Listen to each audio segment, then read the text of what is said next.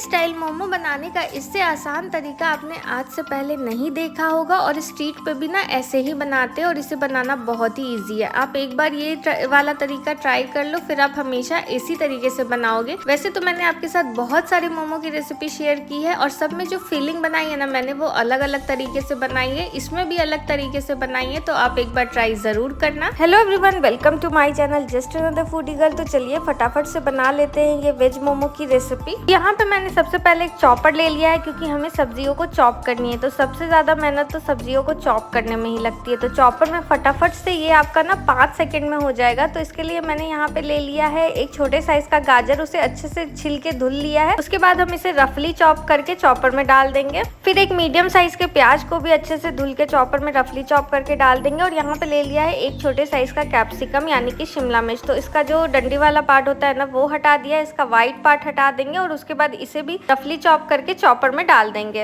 अब मैंने यहाँ पे ले लिया है 125 ग्राम के करीब बंद गोभी और इसे ना यहाँ पे हमने रफली मतलब इसके पत्ते अलग अलग करके चॉपर में डाल दिया है। अब हम क्या करेंगे कि इसका कवर लगा देंगे और इसे अच्छे से बस 5 से आपको 6 सेकेंड्स लगेंगे और ये बिल्कुल अच्छे से चॉप हो जाएगा। वैसे भी आजकल जैसी दुनिया चल रही है तो यहाँ पे स्मार्ट वर्क करना चाहिए, हार्ड वर्क नहीं। और चॉपर में सब्जियां चॉप करना जब हमें बिल्कुल बारीकी चाहिए तो वो तो स्मार्ट वर्क है। चलिए सब्जियां यहाँ पे हमारी अच्छे से चॉप हो चुकी है, तो अब हम चलते हैं आगे के प्रोसेस में। यहाँ पे मैंने एक बोल ले लिया है। अभी हम क्या करेंगे कि इसमें कोई भी कॉटन का कपड़ा डाल देंगे, मतलब नॉर्मल जो हैंकी आती है ना आप वो डाल दो। मैंने तो यहाँ पे हैंकी लिया है, घर में इजिली अवेलेबल होती है। हैंकी बिल्कुल साफ या फिर आप जो भी कपड़ा ले रहे हो वो बिल्कुल साफ और धुला हुआ होना चाहिए। अब हम इसमें क्या करना है कि हमने जो भी सब्जियां चॉप की थी ना वो यहाँ पे डाल देना है। अब हम यहाँ पे डाल देंगे थोड़ा सा नमक। तो यहाँ पे मैं आधी छोटी चम्मच नमक डाल रही हूँ। इससे क्या होगा ना कि हमने जो भी फिलिंग बनाई है ना उसका क्या होगा कि सब्जियों का सारा पानी निकल जाएगा। और जब हम अपने मोमो शीट में फिलिंग को डालेंगे ना तो वो पानी नहीं छोड़ेगा और हमारी जो मोमो है वो गीली गीली नहीं बन के रेडी होगी। तो नमक डालने के बाद यहाँ पे हमें सभी चीजों को बिल्कुल अच्छे से मिक्स कर लेना है। नमक को पूरे सब्जियों के साथ बिल्कुल अच्छे से मिक्स कर लेना है।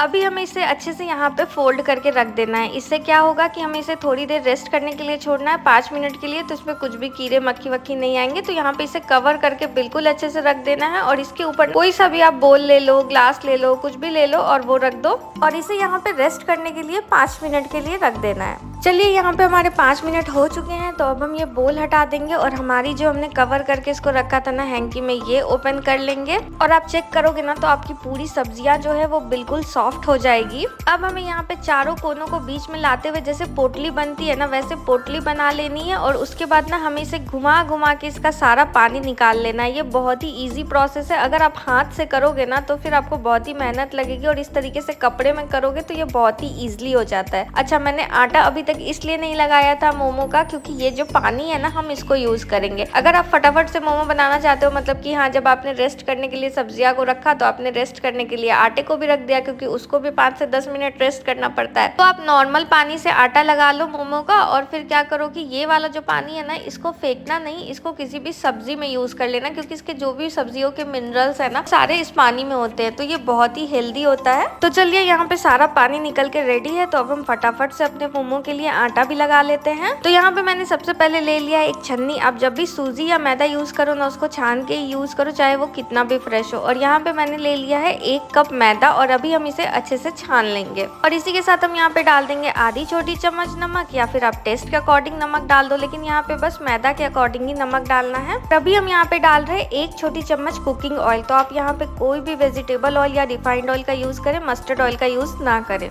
अभी यहाँ पे हम सभी चीजों को एक बार बिल्कुल अच्छे से मिक्स कर लेंगे। अभी जो हमने सब्जियों से पानी निकाला था ना वो पानी को यहाँ पे डाल के इसका बिल्कुल एक सॉफ्ट डो लगा लेना है। जैसे हम रोटी के लिए लगाते हैं ना वैसे ही यहाँ पे हमें डो लगा लेना है। और इस वाले मोमो की रेसिपी में ना हम सब्जी को फ्राई नहीं करने वाले हैं, क्योंकि अगर आप जो भी स्ट्रीट पे खाते होगे ना उस पर आप देखते होगे कि सब्जी की जो क्रंचीनेस है वो बनी रहती है। ऐसा नहीं है कि सब्जियां कच्ची रहेगी, जब हम उसे स्टीम करेंगे तो वो कुक हो जाएगा। और ये सारी जो सब्जियां है ना ये ऐसे भी खाई जाती है, लेकिन जब हम स्टीम करेंगे तो वो कुक हो जाएगा। और अगर आपको ऐसी वाली रेसिपी चाहिए जिसमें कि हमने जो फिलिंग है उसको कुक करके बनाया हो, अच्छे से फ्राई करके। तो वो वाली भी रेसिपी मैंने 2-3 तरीके की मोमो की डाली हुई है, जिसमें मैंने फिलिंग में अलग अलग मसाले डाले जिससे टेस्ट अलग अलग आता है। आप चाहो तो वो भी ट्राई कर सकते हो, मैं उसे भी एंड स्क्रीन में डाल दूंगी। अब आप देखो यहाँ पे सब्जियां से जो पानी लगी थी उससे पूरा आटा तो नहीं लग पाया, तो मैंने यहाँ पे थोड़ा नॉर्मल पानी भी ले लिया है। तो आपको जितनी भी मतलब सब्जियां से पानी निकली है उसमें जितना आटा लगे लगा लो, और फिर बाकी जो बचे हैं वो नॉर्मल पानी से गूंथ लो।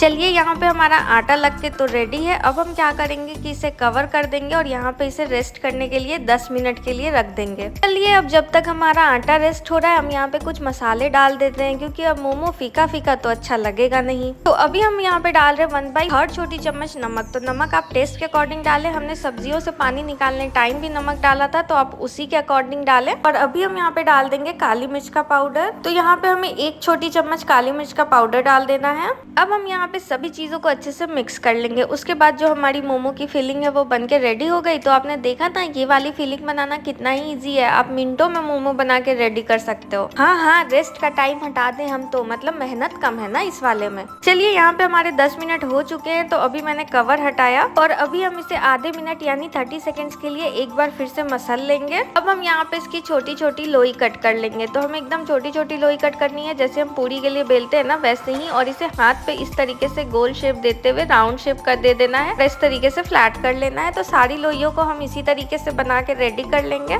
लोइयां यहाँ पे हमारी सारी बन के रेडी है, तो आप देख सकते हो। तो चलिए अब हम इसे रोल कर लेंगे, मतलब इसे पूरियों की तरह बेल लेंगे। तो यहाँ पे मैंने एक बार इसे हाथ पे इस तरीके से प्रेस करते हुए फ्लैट कर दिया है, और अभी बेलन की हेल्प से हम इसे बेल लेंगे। तो यहाँ पे जो हम शीट बना रहे हैं ना, मोमो शीट, मतलब जो हम इसे पूरियों की तरह बेल रहे हैं ना, तो जो पूरी की जो टाई होती है ना उससे हमें इसे हल्की पतली ही रखनी है, क्योंकि शीट जो पतली होती है ना वो अच्छी लगती है। मतलब मुझे पतली पसंद है, अगर आपको मोटी पसंद है तो फिर विद आप अपने हिसाब से भी रख सकते हैं। अब यहाँ पे हमारी शीट बन के रेडी है, आप देख सकते हैं। शेप की टेंशन ना ले। अब हम इसमें डाल देंगे 1 छोटी चम्मच भर के फिलिंग, ज्यादा नहीं डाले नहीं तो वो निकल जाएगा। 1 छोटी चम्मच इनफ होगी। अब हम इसे देंगे शेप। तो यहाँ पे मैंने इसे गोल गोल शेप दे रही हूँ, पोटली वाला। वैसे जो मैंने मोमो की रेसिपी डाली है ना, हर मोमो की शेप मतलब मैंने अलग अलग डाली है, और एक रेसिपी है जिसमें मैंने 6 तरीके की शेप डाली है। तो आपको जो भी शेप इजी लगे आप वो डाल दे। तो यहाँ पे हमें क्या करना है कि सारी साइड है ना उनको फोल्ड बनाते हुए एक के ऊपर दूसरे को लगाते जाना है, और फिर उसे बीच में ले आके पोटली का शेप दे देना है, जैसे हम मोदक बनाते हैं ना। और फिर उसे क्या करना है कि बीच से ऐसे प्रेस कर देना है।